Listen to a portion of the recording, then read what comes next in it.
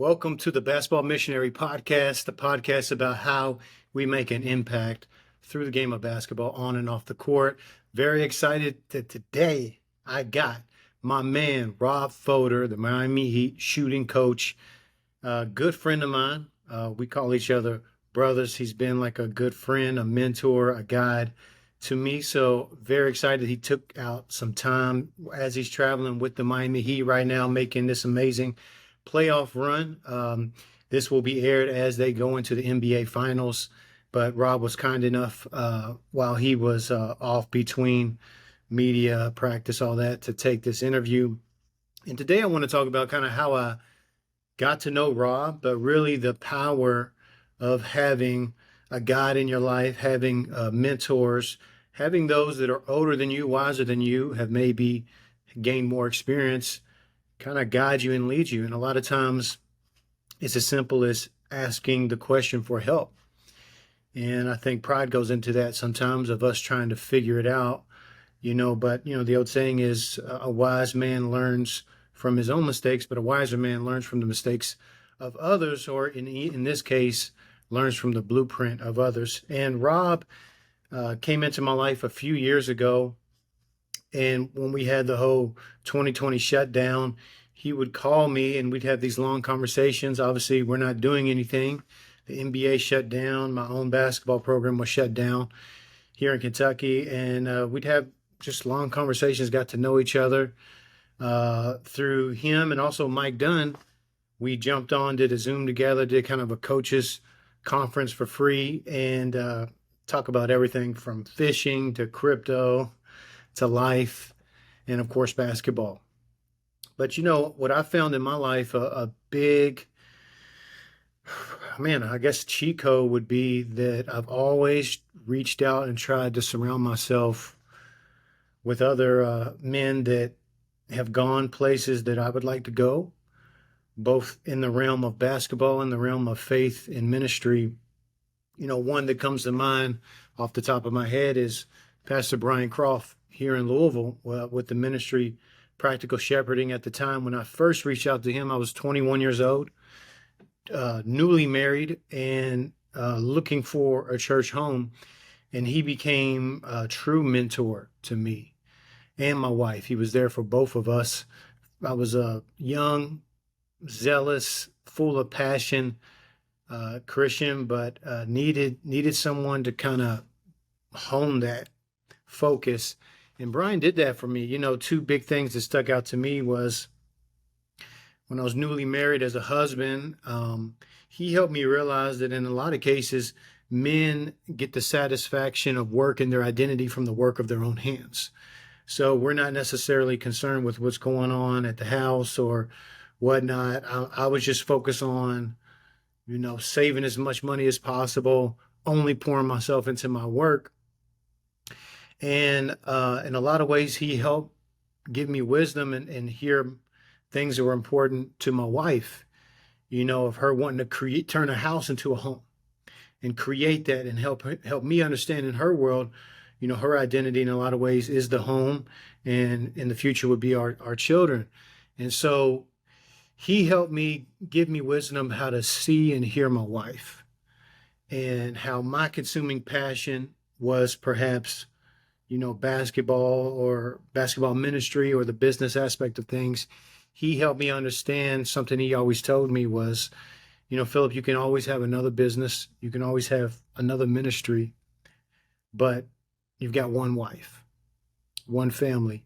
And to not forget, your highest calling is your wife. Your highest calling is fatherhood. So never lose track of that.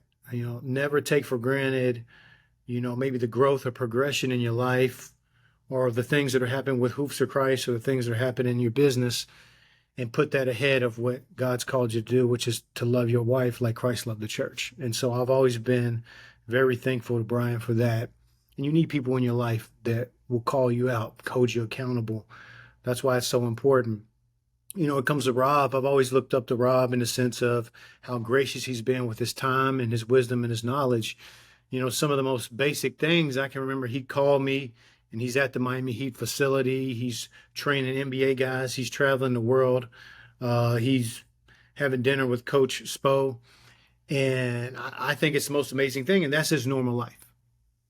And so I helped him understand like how much that wisdom and that experience, how valuable that is to, most basketball coaches and trainers coming up that will never have that experience working for an NBA staff or working with these type of players. And he's just been so gracious to people like me and Mike Dunn, and there's so many others that he's poured into.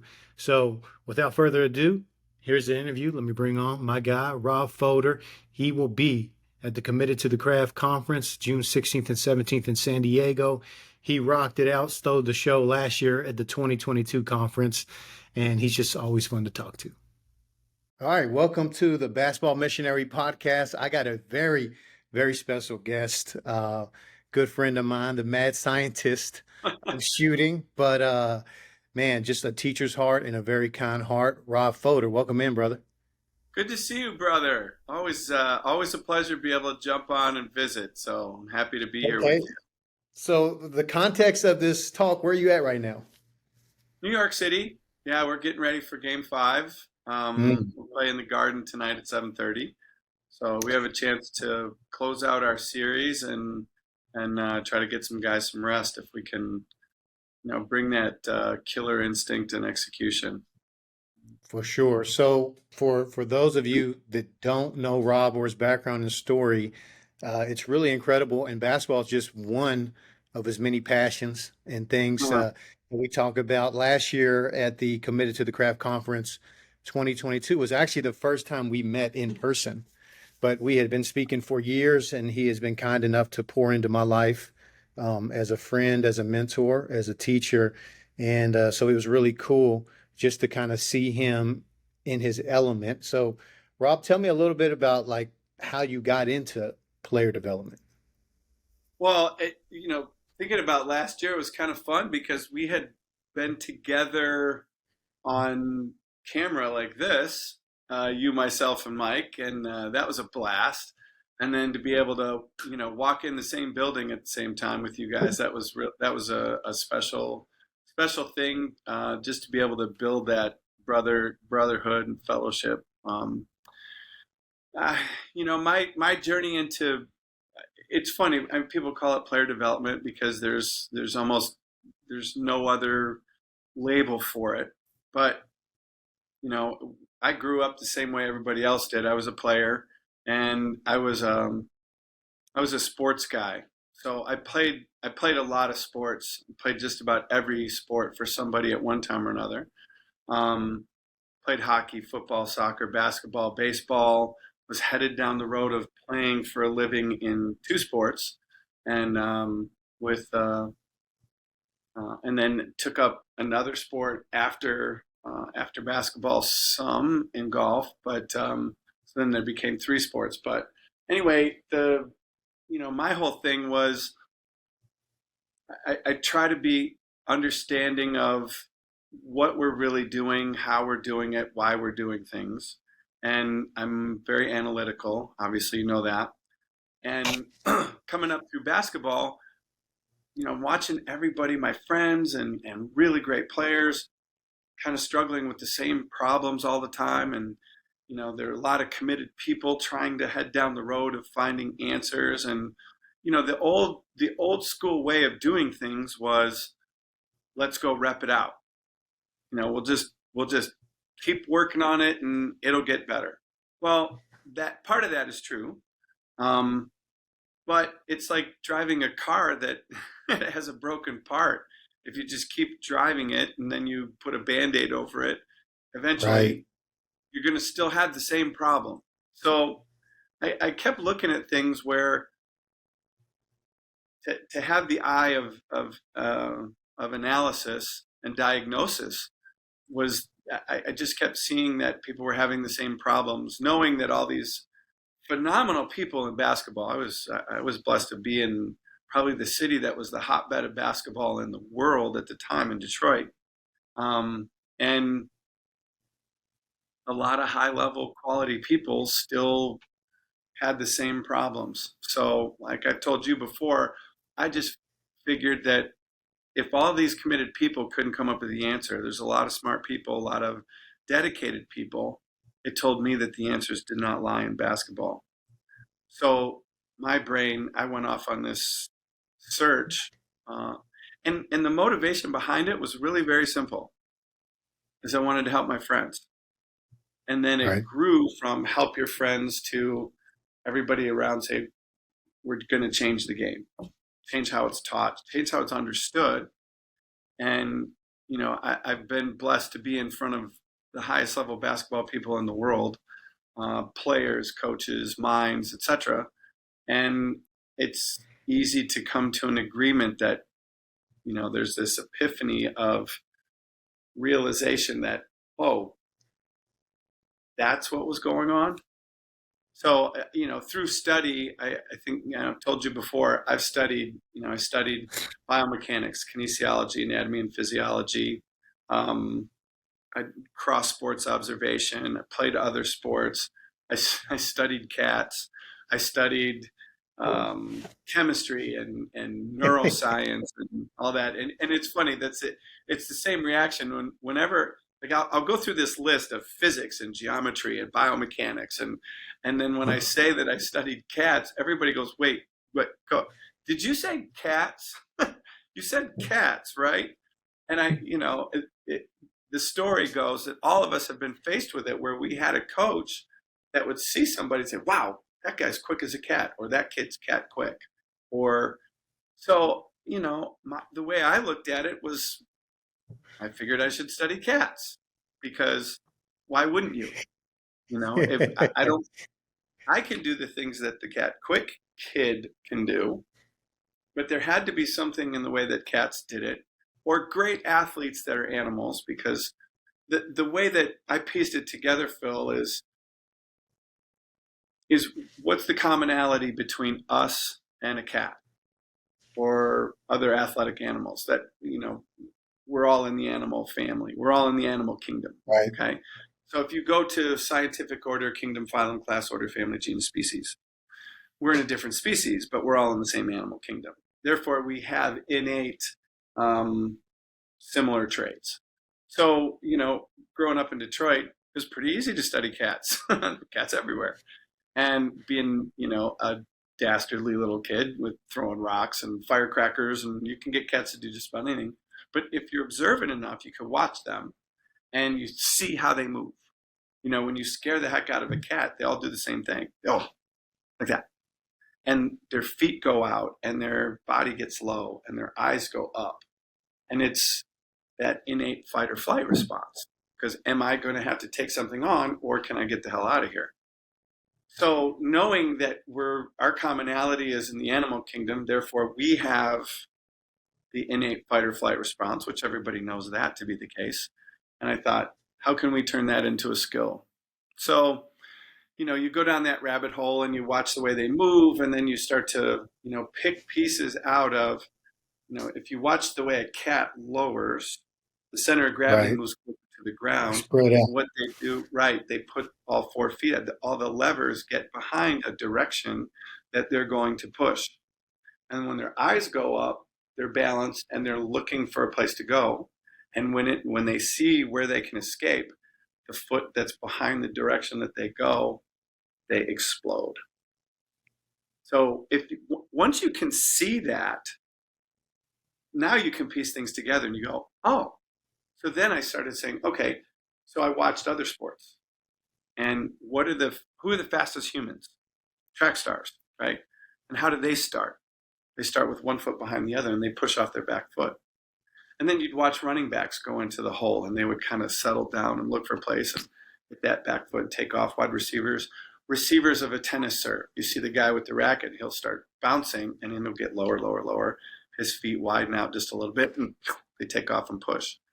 So, okay, so that it's now determined that that's a skill, so that if that's the fastest way for us to get started going from one place to another, why were we taught in basketball to lean forward and jab foot in front of you? Because then I started looking at that going, well, if I jab there, because everybody did it.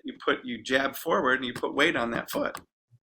And now you've taken half of your first step, and the rest of what you could use is just the other half. So now you have a half of a step that's supposed to be your explosive first step.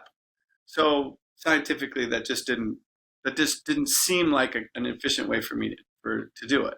So I started re-engineering things, and looking at things all the time, I'd see how people moved and how we balanced, and understanding that balance was a problem because it's. I think think about the very beginning when we all started to play basketball. When you were a little kid, mom, dad, coach, I want to play basketball. Well, being a good mom, dad, or coach, what they always do, they got a ball, they gave it to you. That was the problem. Because we all took the ball. I did it. You did it. What did we do? We took the ball, we put it on the ground, and we started smacking it up and down. And then the first ever cool thing that we did was we'd bounce it. Ready, Phil, I got this. And I would bounce it, and then I would step over the ball. And what did I just teach myself? To me, this was the moment that you could piece together all the problems that faced people in basketball. Because what we just taught ourselves was to move our body around the ball. I use this example all the time, Rob. I love it. Yeah. And as soon as I saw that, you could now see all of the problems that people were having in shooting, in movement, in dribble moves, in playing defense, in everything. And I went, wow. So the next problem was, okay, how do we re-engineer that? First off, you have to teach your body differently. Now, how do you teach it? Because that, when you get to the highest levels, it's like, I'll tell somebody, hey, we need to be able to do this. And guys will go, great. How do we teach that? And then now you've got to put together an entire system that's going to create this in a small step-by-step. So anyway, this was the rabbit hole that I went down. And yes. So people understand why that was a big deal. Having your body move around the ball, it's part of your nervous system. Central programming generator is that the first time you do something is how you will always do it, unless you teach yourself otherwise. When you think about sprinters, it's the easiest example to understand. You watch a little kid the first time they get up and run, what do they look like? It's crazy. Their legs are going all over, and hands are going, and they're moving all side to side. Sprinters don't look like that. So that tells us they had to learn how to run like that. So you can learn how to move. So if you have directed, intentional instruction with a purpose at the end to create X thing, now you can go back and reverse engineer things and say, okay, let's do this. And I studied ballet and balance beam gymnastics and all this stuff. And you started to see, and I was a baseball player too, so I started to picture this, because everybody walked around with a baseball bat, put it on your two fingers, and you hold up the baseball bat. When it's straight up and down, you can move the baseball bat around easily, and it's light.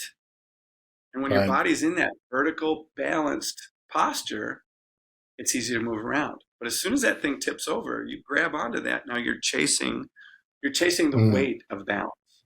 And that's because we learned to tip over and smack the ball down on the ground. People were constantly chasing that weight and balance. So that's kind of the path that I started down, and said, if we've done, so my premise when I go do speaking engagements, remember the first time I ever did this was, Euro League Federation, world, professional coaches. And I said, not trying to be controversial here, but basketball's always been taught wrong. And of course, everybody looks at each other and starts chuckling. And I said, bear with me here. And once I explained this to them, these are all really motivated people. They're there because they want to find something to help everyone get better. Themselves, their team, their players, their trainer, whatever it is. So there are certain universal truths in terms of, there's balance versus dynamic balance. Athletes catch their balance. Gymnasts, cats, other athletes, basketball players catch their balance. Other athletes move on balance. Tennis players run on balance. Okay? Cats move on balance. So they don't have to do two more things once they get to the task. They're already ready. When a cat takes off after prey, when they get to the prey, that's it. They're done. Tennis Mm. player, they drop down and they turn like this, vertical. You don't see tennis players running like this. Otherwise, they couldn't make a play at the other end. So that, if you're thinking that there are universal truths in the world, if you start applying universal truths from other places to what we were doing, it translated pretty easily. And once you kind of open that door and people see it, the great part is I use this phrase a lot, is you can't unsee it. Mm-hmm. Right. Once you see this, you go, oh. And I've been blessed. I've had Hall of Fame coaches walk up to me afterwards, just personally, and say, gosh, I can't believe we've been doing this for so long. We've been doing this wrong. And I say, no, don't think like that. It's the evolution of understanding, you know? And I equate it to, if you go into science, 70 years ago, the smallest particle in the universe was the atom. Nobody ever thought there was anything smaller. 1,500 years Mm. ago, everybody thought that the sun revolved around the earth. So there are scientific facts, quote unquote, that evolve because by the scientific method itself is that you have a hypothesis, and when you cannot disprove it, it becomes a scientific fact. But that doesn't mean people are still not trying to disprove it. So when you can go out there and finally get to that place of disproof, you say, here's why, here's your answer, here's your solution, and let's go down this path and do it this way.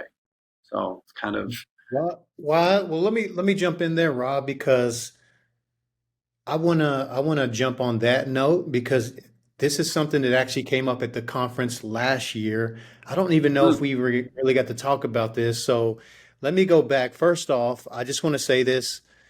The one thing I really appreciate about you as a teacher is we can go deep down the rabbit hole, but a lot of the teaching points I use with kids, like 5, 6, 7, 8 year olds, move your body around the ball, or learning to move yeah. the ball around your body, not your body around the ball. I use that all the time when I teach kids how to dribble for the first time. We talked about that. I asked you, how should I first teach my son how to shoot? And, I'm still in the punchline, which was pass the ball to the rim. So I just Right? started teaching kids these things. And then also my wife, I can't remember if I told you this, she was upstairs when you were on court teaching with the kids, taking them through the drills. And she's a huge, she's a cat person. She loves cats. So when you went into that on court, she told me that night when I went home, she says, I just wanted to grab a ball and get out there with Rob when he started teaching. Come on, And get out it there, grab so it is one. hey, it inspires everybody, and that is like to me one of the true marks of a great teacher. So I wanted to give you your flowers on that. I don't know if I told you that, but there's Uh, the other side of that, which is people that reject it. There's people, why do you feel like when you unpack it, obviously it makes sense. And like you said, you've had Hall of Fame people, great coaches around the world to say, hey, we've been doing this wrong. But I also have seen where there are people that reject it. It's so hard to accept new things. Where do you feel like that comes from? Or do you deal with that resistance a lot? well, honestly, I don't deal with a lot of resistance. Once in a while, there'll be, because people want to hang on to what they're comfortable with. You know, Mm. we've all, successful people that are trying to be great have all heard the phrase, everything that you want is on the other side of your comfort zone. And I think the comfort zone, there's a there's a there's a certain part of that understanding what the comfort zone is, and it's kind of goes past your level of understanding. Okay, because when you say, well, I've done it this way all the time. Like I've had a player that said, well, I'm up here because of my pick and roll ability. Well, okay, but up here, your job will never be that. Right. So here are the things that you've got to be able to learn to do. In terms of, I mean, the good part for us is we've had tremendous success stories. People that have come out of nowhere, undrafted guys that went to max guys, the people have made a whole bunch of money that have set NBA records and basketball records and team records and all this kind of tremendous success going down this other path. And what happens is people that are striving to be great, when you present them with something and can get them to understand that this makes sense, the resistance it's non-existent. There Right. really isn't much resistance. Yes, people, depending on the motivation of why you're doing what you're doing, if you have people that are out there to make money and you're competing against people that are making money, you have to make yourself be different, look different, sound different, approach it differently in order for people to think, okay, that's the person I want to go with, right? And there's a lineup of 10 people. Which one am I going to choose? And, Mm. the salesmanship part, and I appreciate that. There's a lot of grind to it, but, you know, that was never my motivation. I was never out there trying to convince anyone.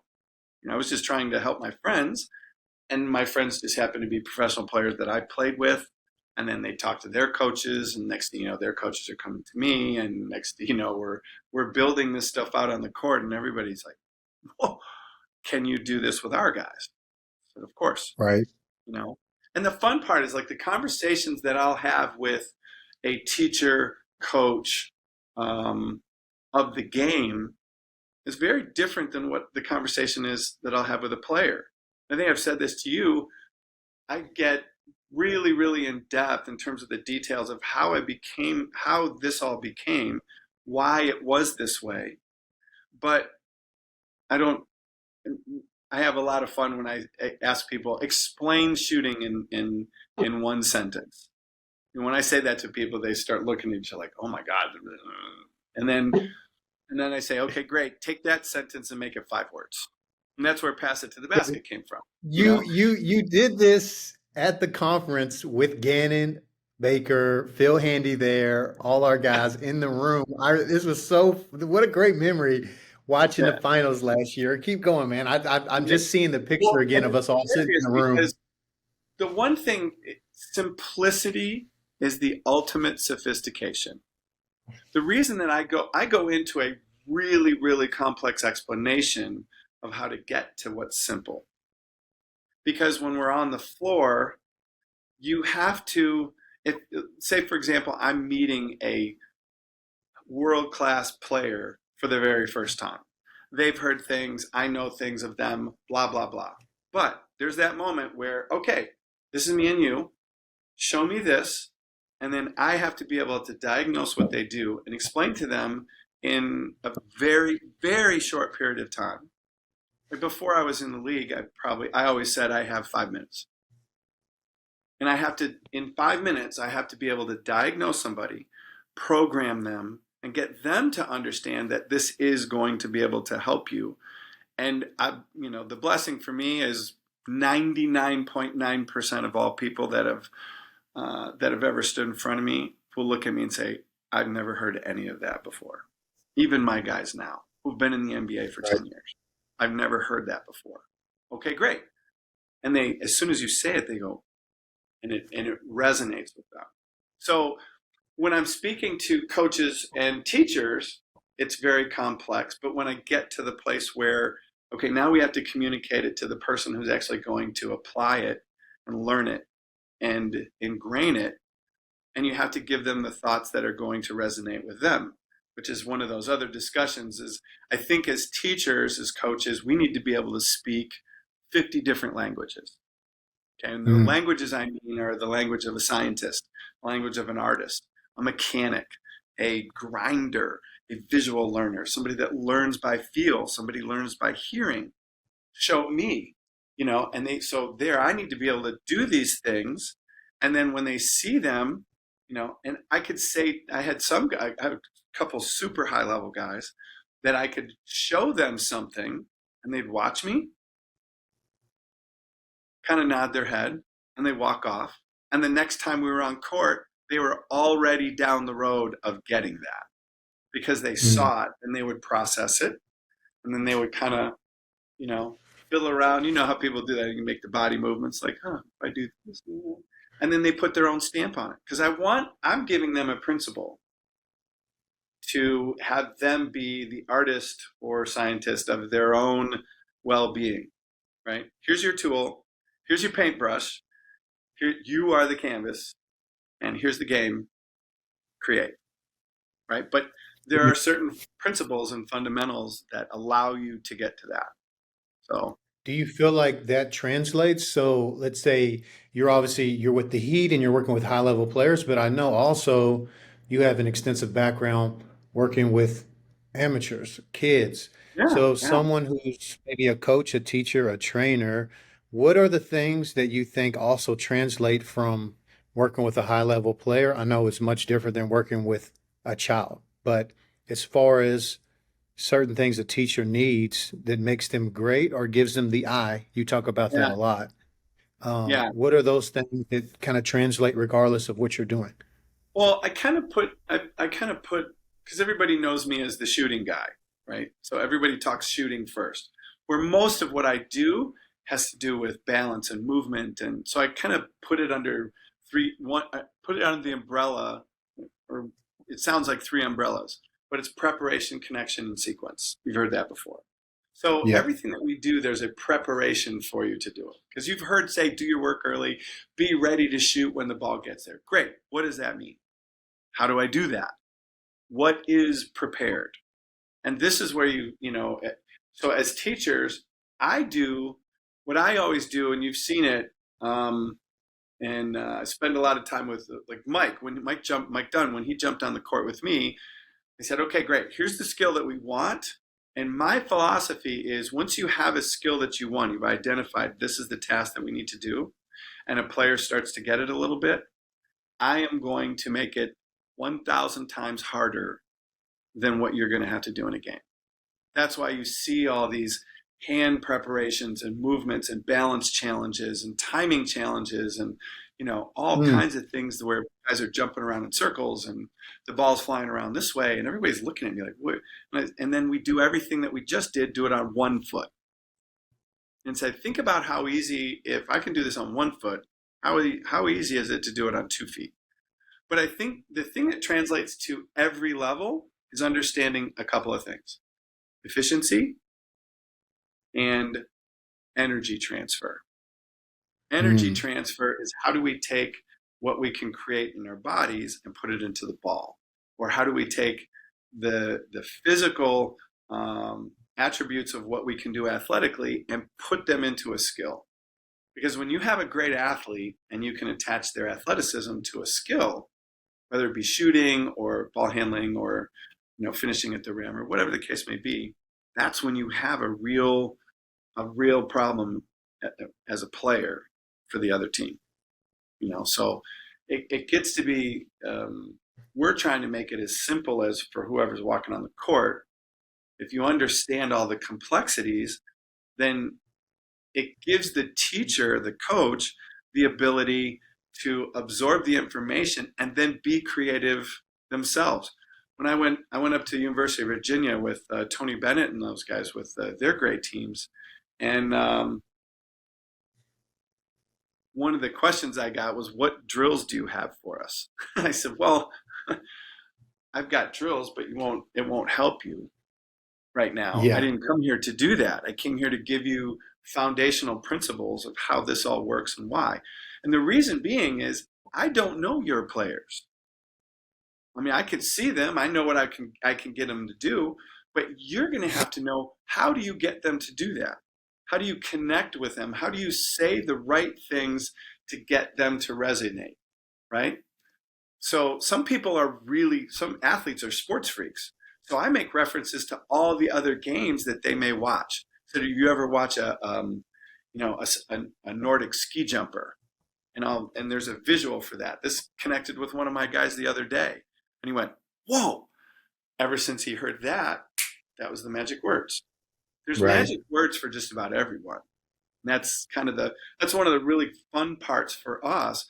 But in order to understand, to be able to get to that place, you have to really know what you're doing. You have to Right. really understand all this because they're going to ask you How do questions. you, Go ahead.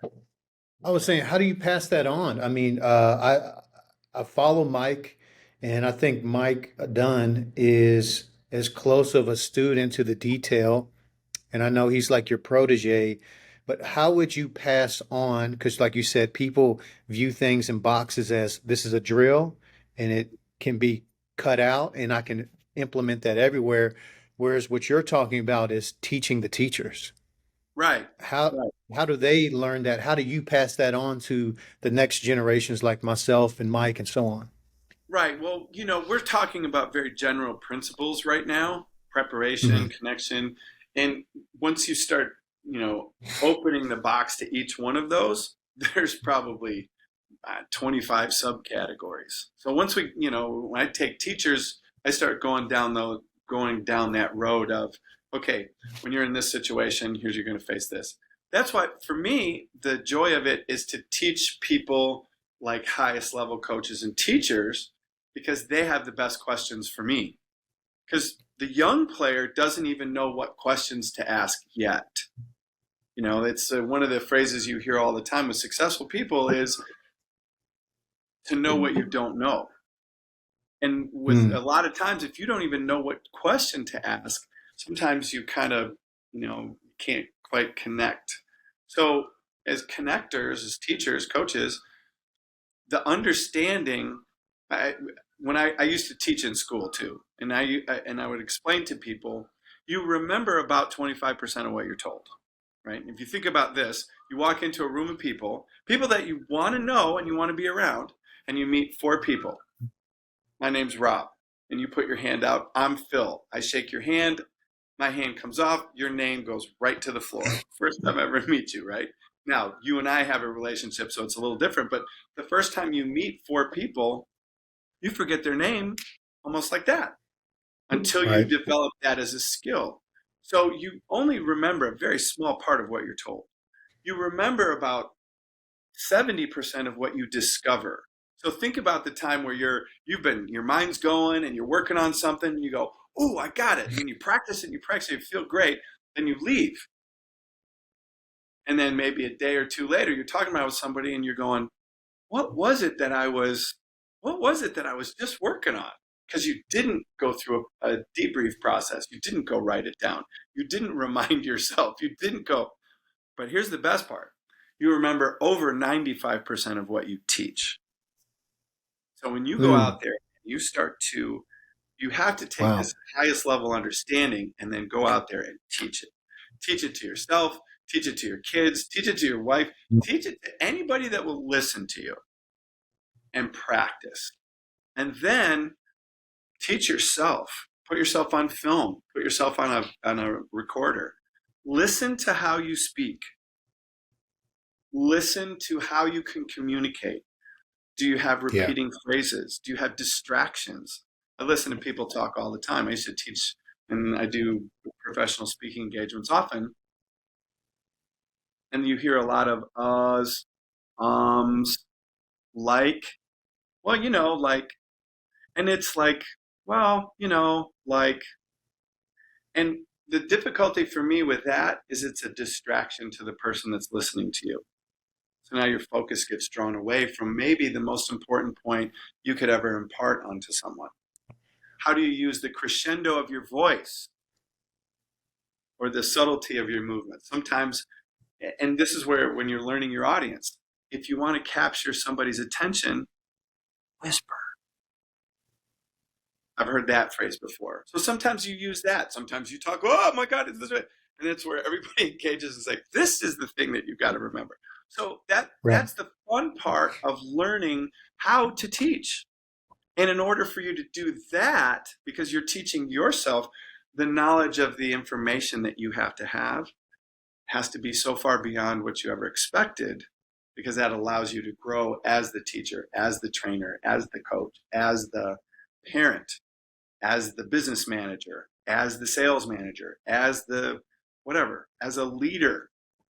And that becomes really, and that's exciting to me. Yeah. You inspired me last year. We had this conversation privately about one particular skill to really develop as a coach, as a trainer, but we both do speaking engagements, was that ability to communicate. And it is a craft, and it separates a lot of people. And, I just remember last year you really inspired me more with that. And I think also with your teaching, like you said, you could have one teaching point and then 25 sub points. Maybe down the road there'd be a Rob Fodor curriculum. I don't know, something like a master class or something like that. I would sign up for that today. I would pre-sign up for that, man. Well, I am blessed. Um, I have some projects. We're actually going to try to write a book, and I haven't decided if it's going to be a textbook type or a group of small books. There's benefits to both. There's Right. a former golf pro that he's passed away now, but he's historic. His name's Harvey Penick, and he wrote golf books, and it was instructional books. And the first one was the Little Red Book. Then there was the Little Green Book. Then there was If You Play Golf, You're My Friend. And all of them were parables, kind of like the Zen books, Zen in the Art of Archery, Zen in the Art of Martial Arts, Motorcycle Maintenance. And they're written in parables. So you're learning one little lesson. You can Mm, read the lesson and go down that path of, okay, great, I want to get this, and then move on to another lesson rather than here's the entirety of it. So I haven't made up my mind, but I really want to do that. But and I think that also as you're learning your material, you also have to learn the other side of it. It's great to be able to impart, but it's also just as important to understand how to receive or how it's received. So, for example, you hear when I'm instructing, I'm very conscious of it, and it's not 100% of the time, but most of the time, I will only speak in the positive of this is what we want to do. Because you hear don't do that, don't do that. You know, there's a famous business success guy named Simon Sinek, and I've been teaching this way for probably 35 or 40 years now. And I heard him in a speaking engagement that he did kind of say the perfect way that I've always taught this. So I'm stealing it from Simon Sinek. Is I'm going to give you this exercise, Phil. I want you to do this for me, right? I want you to clear your brain and just let okay. yourself be blank. Now, whatever you do, don't think of an elephant. And it's kind of comical because as soon as you say that, right, it's like when you're a parent, you leave the house, say, great, now we're going to be back in 15 minutes. Whatever you do, don't go in that room. Well, your mind only receives the positive. Okay. You said elephant. It's an important skill in golf. I see people in golf say, if you say hit the ball right there versus don't hit it in the water, you know, it's Yeah. your mind has clarity versus distraction. So I think that's another part of it is to learn how to be able to communicate the best things that you do, the best way for that person to receive it. So there's a lot of understanding language, vernacular, what things connect. If you are metaphorical as a speaker, if you're analogous and you're teaching people by analogies, and if you can figure something that they know and understand and make an analogy of, well, when you do this, if you attach and do it like this, then they come together, and so that part is a lot of fun for me. You know, not just understanding. Yes, I look at things and I go, okay, here's what we're going to do. That's what the problem is, and I'll point to it with coaches that I just said, here, you're watching for this, and they can't see it. But eventually, once you do see it, again, you can't unsee it, and that's a lot of fun. Rob, let's start landing the plane on this, man. What lights you up? Like what's your why and your passion for why you do what you do as a teacher, as a coach, as a mentor, kind of what is your purpose with the game and what you're really passionate about? Um, just the silly explanation for it is what I said at the beginning, just to help my friends, to help people that are um, that have similar passions. Because I always love watching people that really want to, work at this and work with purity because they want to achieve. I always feel like, okay, I've gone down all the paths of understanding that you haven't.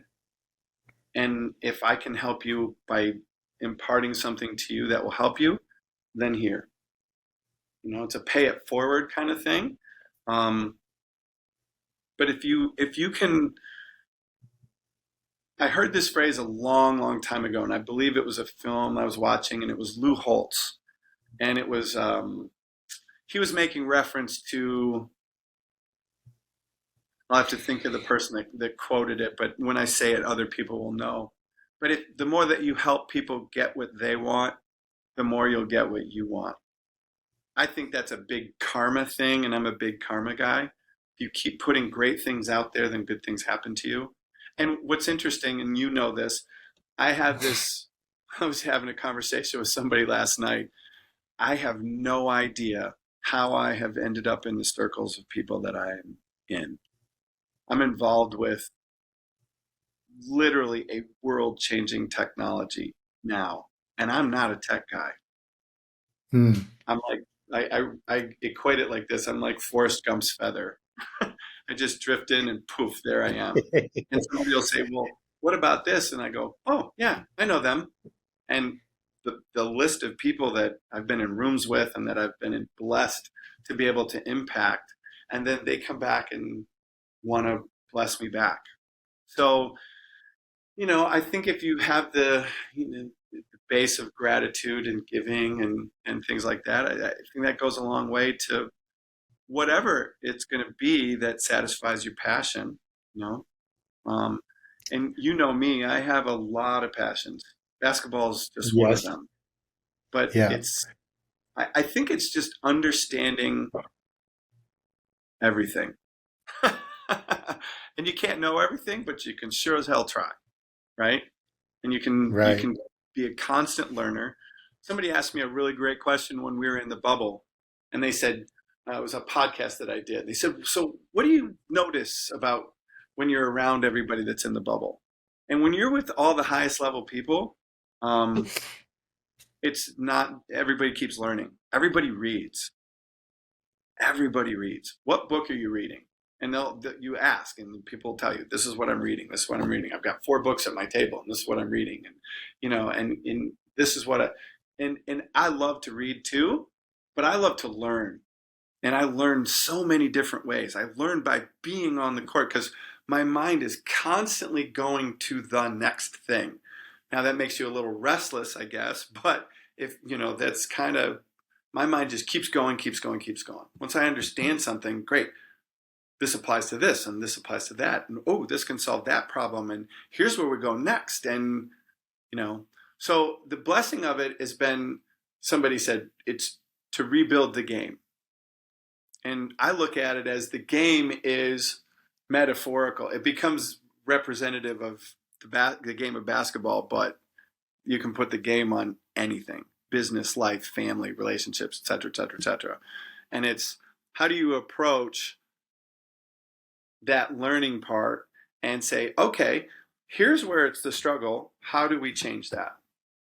And then go down that road. I like going down the road where everybody gets happy and everybody wins versus me versus you. I don't want to, if I can help you and bring you with or move you ahead of me, great, happy. So, yeah, I don't know if that answers the question, but that's certainly a big part of it for me. Also, Rob, I would like to say, man, I'm really excited to get you back to San Diego, hanging out again. And this is an opportunity for the way we formatted it this year for people to actually meet you, speak with you, pull from your mind, your fascination with learning. And so, really, I'll close up, man, give you the floor, let people know you'll be at the Committed to the Craft and why they should come and meet you. Well, I don't know if I can come up with a good reason to come meet me, but if you want to be entertained and we can kind of chop things up in whatever walk of life that you're in, um, I'm in business. I do speaking engagements. I'm going to be a writer. I'm in technology. I'm in investments and currencies, and there's probably no end of conversation that we can get in. I know you've kind of experienced that yourself, and at the end of it, because there's always that stereotype. When I went to college, and not to get too far off the subject, but when I was in college, I was an absolute obsessive, dedicated basketball player, but I was also dedicated to something else. But what people saw in me, I was always walking around in my sweats, and I would go into classes dressed in my sweats. So you know what people think of, oh, that's just, that's Rob. He's just the dumb jock, right? And then the scores would be posted for a 500 level history class. There were 7 grades, and I had a girl that I used to date, and she said, "Hey, Rob, what number was on your booklet? Because that's how you kept track of the grades." I said 3. So we went back there, and I was lucky enough to have the highest grade in the class. And everybody was like, "Wait, that guy?" And then I would go and kind of draw the attention of, "Oh my God, I'm going to struggle with this. I don't know what we're doing, and I'm going to fail this, and da da da," because it kind of made misery loves company, right? And when people are scared about something, I would kind of jump in that hole. There's this again. There's this little story, this parable. There's a recovering alcoholic, and he's down at the bottom of this hole, right? And he's yelling for help. "Hey, I need somebody." And he looks up, and this father comes by. "Father, can you help me? Can you throw it around?" And the father looks down there, and he says a prayer across himself, and he says a prayer to the guy and say, "Good luck, my son," and he leaves, right? And he looks up there, and he's yelling again, and a rabbi comes by, and same thing happens, and the rabbi sends a blessing down. And then he finally looks up there, and his friend jumps down the hole into the bottom of the hole. He goes, "What the hell are you doing? We're stuck down at the bottom of this hole." And he says, "Yeah, but I've been down here before, and I know how to get out." Hmm. And I thought there was something comforting about that. And when people weren't prepared, I would just pretend I wasn't. And it at least made somebody feel better, and they could at least relax and put their best forward on a test. And sometimes that's the best way to go. Other times you need to be the authority. Sometimes you need to collaborate. Sometimes you need to lead. And there's parts of that for both. So it's fun to be the chameleon, and I like to figure out the puzzle. How are For we going to sure. get this puzzle figured out? For So sure. that, if Well, nothing else, then we'll go. Anybody that comes to the conference, we'll go figure out whatever your puzzle is. If I can help, I'll do it. I know that from being with you. Basketball is just one of many things, man. And again, Rob, I want to tell you again on here how much I appreciate you, man, and your heart to teach, and also just your humility and gratitude. I sense that obviously when I talk with you, but in person, how passionate you were to pour into other people, and I've always appreciated that about you. Well, and along those lines, I'll say thank you because I'm kind of I'm out there by myself out in the world, and yes, I have close people, but one of the great appreciations that I have is when I get to connect with somebody that becomes my brother, then I get to then become brothers with others. So Yeah. we'll have a blast with Gannon and Phil, and we still keep in touch during the season, and kind of share some experiences, and I'm looking forward to everybody else you have on that docket too, and excited to meet them, and we'll have a blast, and hopefully everybody that comes walks out of there just feeling that they're better human beings when they leave. So